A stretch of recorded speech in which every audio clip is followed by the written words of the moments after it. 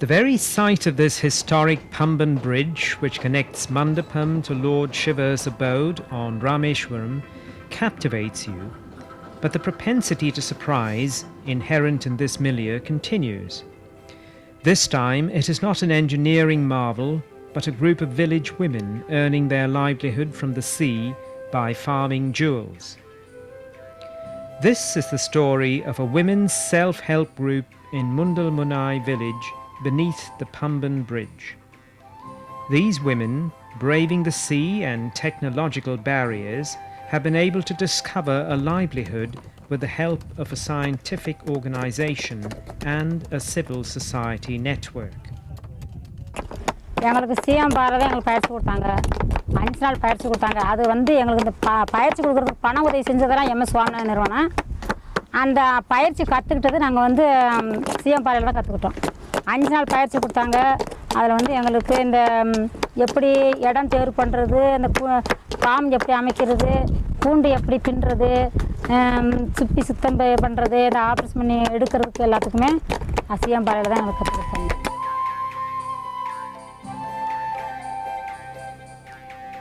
Narratives of yesteryear may associate pearls with the princely class. Today, however, these women tell a different story in which a small village is able to find a livelihood from the luster of these pearls.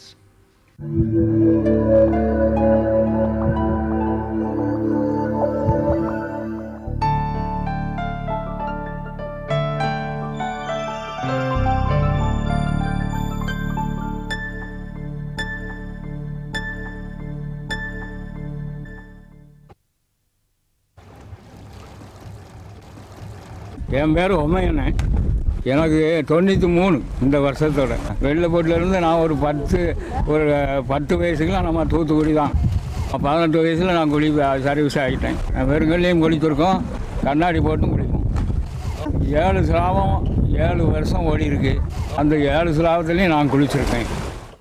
தூத்துக்குடியில் சுமார் 40 வருடங்களுக்கு முன்னாலே முத்து சலாபம் நடந்தது. மிகவும் சிறப்பாக துவங்கப்பட்ட முத்து சலாபத்தில் பாம்பையிலிருந்தும் சென்னையிலிருந்தும் கீழக்கரை காயல்பட்டினம் முதலிய இடங்களிலிருந்து பெரிய பணக்காரர்கள் அதை கலந்து கொண்டார்கள். அந்த முறையிலே அவர்கள் முத்து சலாபத்தில் ஆயிஸ்டர்ஸ் அதாவது சிப்பிகளை கடலில் இருந்து எடுத்து கொண்டு வருவார்கள். அந்த சமயத்தில் ஒரு மூடைக்கு சுமாராக 100 ரூபாயிலிருந்து 500 ரூபாய் வரை ஒரு மூடையினுடைய விலை போகும். அந்த மூடையெல்லாம் எடுத்து கொண்டு போய் அங்கே கடற்கரையிலே பெரிய தொட்டிகள் போடுவோம். அந்த தொட்டியிலே அந்த மூடைகளை ஒரு 4-5 நாள்களுக்கு அதை அழுக வைப்பார்கள். அழுக வைத்ததுக்கு அப்புறம் அதை பிரித்து ஆயிஸ்டர்ஸிலிருந்து முத்து சிப்பியிலிருந்து அதை பிரித்து எடுத்து அவர்கள் அதையெல்லாம் முத்து திரும்ப கேதர் பண்ணுவார்கள். தூத்துக்குடி துறைமுகத்தில் எடுத்த முத்துகள் தான் மிகவும் பிரபலமானவை. அவைகள் மற்ற அந்நிய நாட்டுக்கு போகும் பொழுது இவர்களுக்கு விலை கூடுதலாக கிடைத்தது பாம்பே வியாபாரிகளுக்கு. மற்ற பஸ்ரா ஆப்பிரிக்கா போன்ற இடங்களில் எடுத்த முத்துக்கள் இதை விட லஸ்டர் குறைந்ததாகவே இருக்கின்றன என்பதை நாம் கண்கூடாக பார்த்துருக்கிறோம். அதுலேயும் பெரிய முத்துக்களை எடுக்கும் பொழுது பெரிய முத்துக்களெல்லாம் ஒரு முத்து அதுக்கு கேரட் என்று சொல்வார்கள். அதெல்லாம் ஒரு கேரட் முத்து கூட கிட்டத்தட்ட 10,000 ரூபாய்க்கு விற்றதாக நாங்கள் கேள்விப்பட்டோம். The Central Marine Fisheries Research Institute, or CMFRI, under the Indian Council for Agricultural Research, has charted a new avenue in farming jewels from the sea through marine culture. The frantic search for fortunes from seabeds had resulted in the dwindling of pearl oysters, and the government had banned pearl fishing from seabeds. To meet the demand for pearls, CMFRI has been able to provide alternative means by developing a technology for marine pearl culture.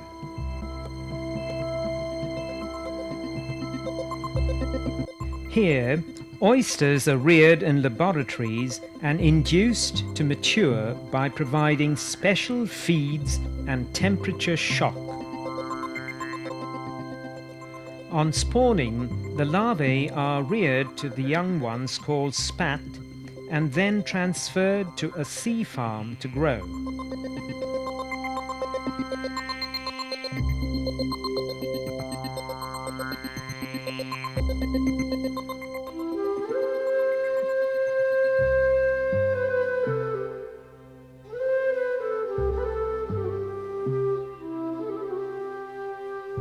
These oysters are then brought back to the laboratories where, with the application of chemicals like menthol, they are induced to open their valves.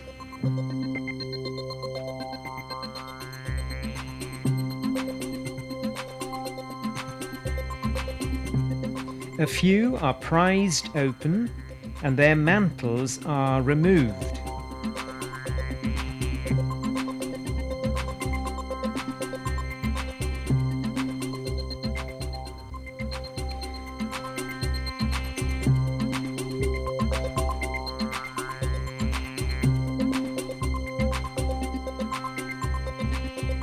Each such mantle is cut into pieces that are about 2 square millimeters.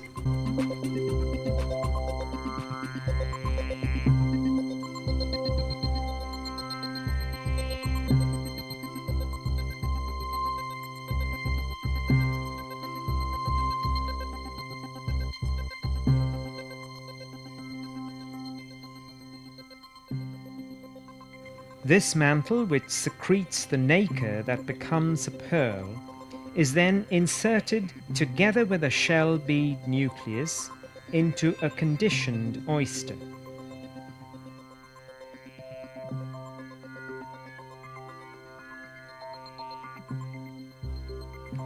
Specially designed surgical instruments are used, and the oyster is mounted on an oyster stand for the procedure.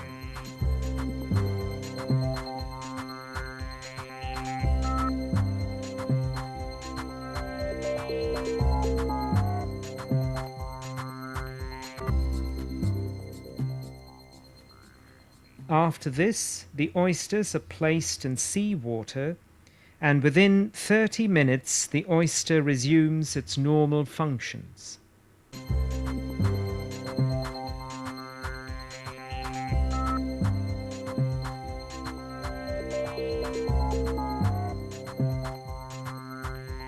The oysters are then placed for convalescence in netlon baskets and hung in tanks containing aerated seawater for 2 to 3 days.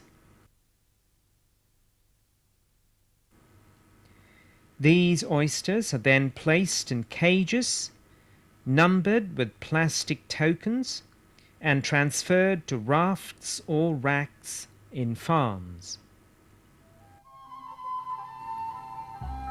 To obtain pearls of good quality, oysters should be grown at depths of 5 to 10 meters in the sea.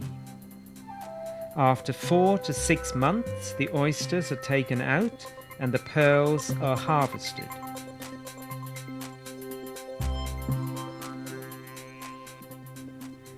The value of a pearl is determined by its shape, size, color, luster, and the thickness of its nacre.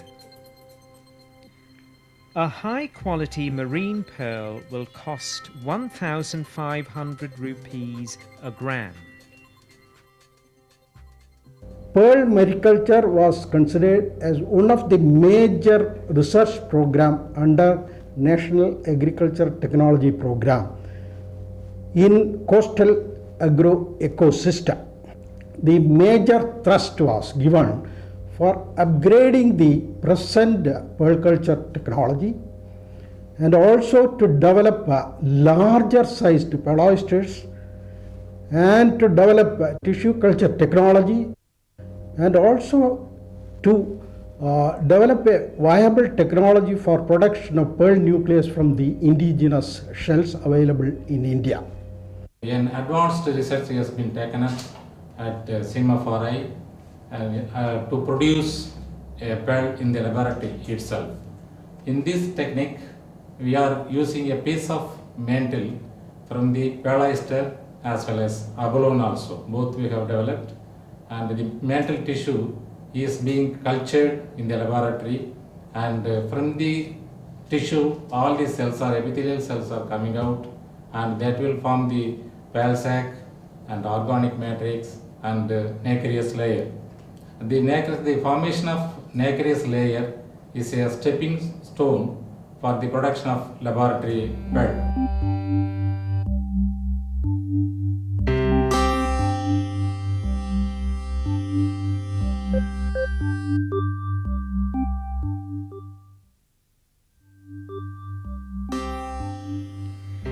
technique of culturing pearls has been refined and modified to make mebe or image pearls. These are miniature images of anything dear to man, like Lord Ganesha, coated with pearly nacre. This involves the use of calcium carbonate powder with resin gum to make a semi-solid substance, which is molded into a base image. This image is inserted into the oyster in a much simpler way than the shell bead nucleus.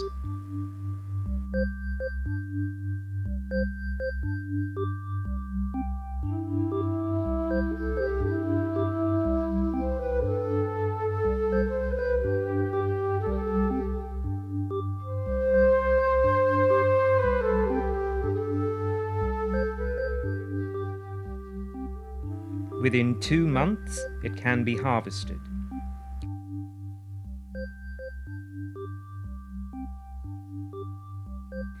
These images are then converted into beautiful, high-value lockets and rings.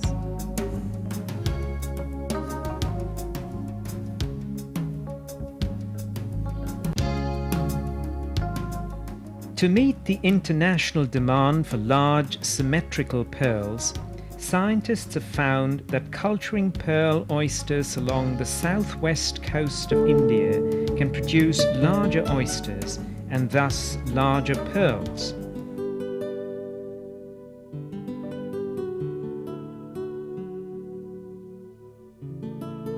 In another technological intervention, scientists of CMFRI have been able to create pearls of different hues.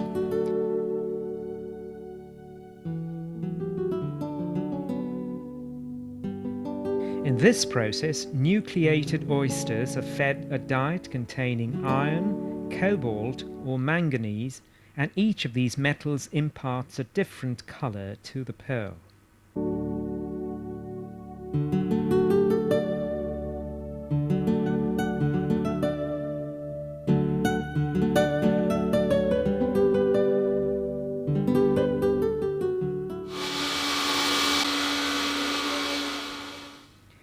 In the heart of every pearl, there is a shell bead nucleus.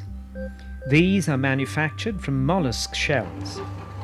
Under the NATP, the Central Institute of Fisheries Technology, has now developed a mechanical process with computer-aided design which converts shell pieces from indigenous mollusks into polished beads of varying diameters.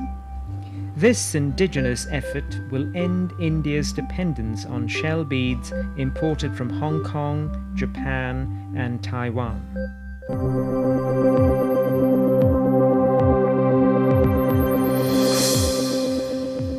The southeast coast of India has been a hyperactive zone all through history, and this has unsettled its ecological balance. To promote sustainable alternative livelihoods for fisher folk, the M.S. Swaminathan Research Foundation has been promoting many ventures in the Gulf of Mannar biosphere.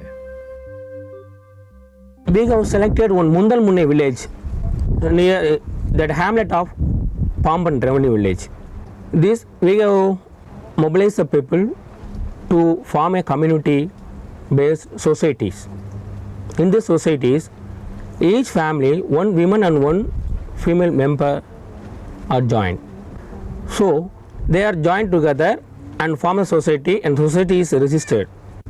They got a training from Central Marine Fisheries Research Institute. So, they got an agreement to supply the nucleated oysters. They buy the nucleated oysters from CMFRI and growing them in their farms in the seas. We have planned to establish 3 clusters in the coastlines of Gulf of Mannar. Each cluster has 3 villages. In each village, 10 families will be involved in agriculture program. So totally 90 families will be involved in agriculture program. ஆமாம், இதில் செய்கிற மாதிரி இன்னும் ஒரு 10 குடும்பம் இதில் முன்னேறி இதை கற்றுக்கிருச்சுன்னு சொல்லி சொன்னால் கொஞ்சம் அதுகளும் கொஞ்சம் வாழ்க்கையில் முன்னேறின மாதிரி இருக்கும்ல, ஒரு தொழிலையும் கற்றுக்கிறது மாதிரி இருக்கு. Govindama and Suryakala are among the enterprising women of Mundalmunai village who have shown that their future is secure through their unique synergy with a technological institution and a civil society network. Their success story will be a beacon to guide many others.